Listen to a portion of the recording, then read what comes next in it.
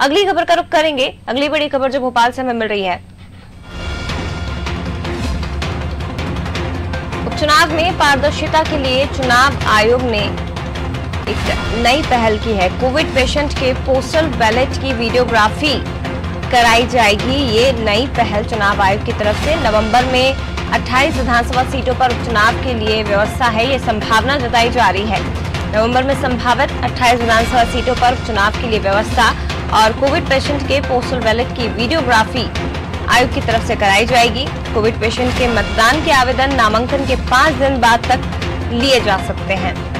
तो जहां इलाज चल रहा है वहां के डॉक्टर का प्रमाण पत्र लगेगा और पारदर्शिता लाने के लिए ये पहल की जा रही है।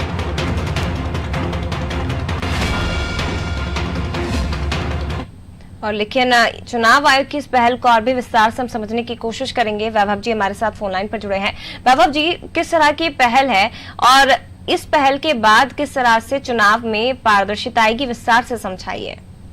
बिल्कुल जया, चुनाव आयोग की हमेशा से यही पहल रहती है कि 100% मतदान हो और कोई भी मतदाता मतदान करने से वंचित ना रहे। अपने जो मतदान का उसको अधिकार मिला है, लोकतंत्र ने जो उसको अधिकार दिया उसका वो उपयोग करे। लेकिन कई बार परिस्थिति ऐसी हो जाती है कि वोटर अपने मत का प्रयोग नहीं कर पाता, तो शायद जो पहल है जो चुनाव आयोग की वो पूरी नहीं हो पाती है।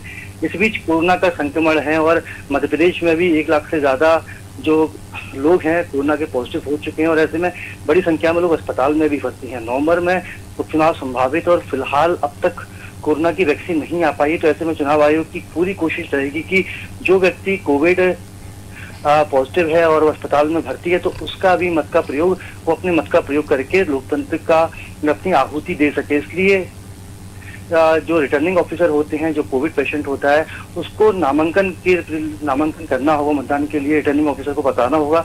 तो 5 दिन के भीतर रिटर्निंग ऑफिसर की मौजूदगी में डॉक्टर के प्रमाण पत्र के साथ वो अपने मत का प्रयोग कर सकेगा।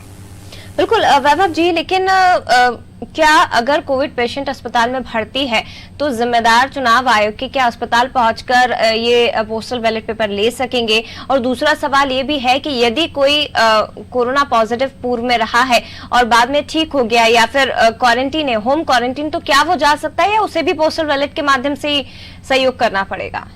अगर कोई कोविड पेशेंट है, उसकी जांच रिपोर्ट नेगेटिव आ चुकी है तो उससे फिर किसी बात की कोई दिक्कत नहीं रहेगी। लेकिन जो कोविड पेशेंट है जिसका इलाज चल रहा है, चाहे वो अस्पताल में चले, चाहे वो क्वारंटीन सेंटर में चले, चाहे वो क्वारंटीन हेल्थ सेंटर में चले, तो उसका जो मतदान करेगा, जो पोस्टल बैलेट का उपयोग करेगा, उसकी वीडियोग्राफी भी कराई जाएगी चुनाव आयोग के द्वारा, ताकि भविष्य में किसी बात की संशय की स्थिति ना बने, वोटर भी कुछ ना कह सके कि उसके मतदान का गलत तरीके से इस्तेमाल किया गया। तो इन्हीं सब बातों का ख्याल रखते हुए चुनाव आयोग के द्वारा नई व्यवस्था बनाई जा रही है, ट्रेनिंग भी दी जा रही है। जो बीएलओज होते हैं उनको बताया जा रहा है कि किस तरीके से कोविड पेशेंट के बैलेट पेपर का उपयोग करना है और ताकि वो अपने मतदान का उपयोग भी कर सके। और जो चुनाव आयोग चाहता है कि 100% मतदान हो, इन 28 विधानसभा चुनाव जो क्षेत्र है उसका भी जो ध्येय है, उसका जो उद्देश्य है वो पूरा हो सके।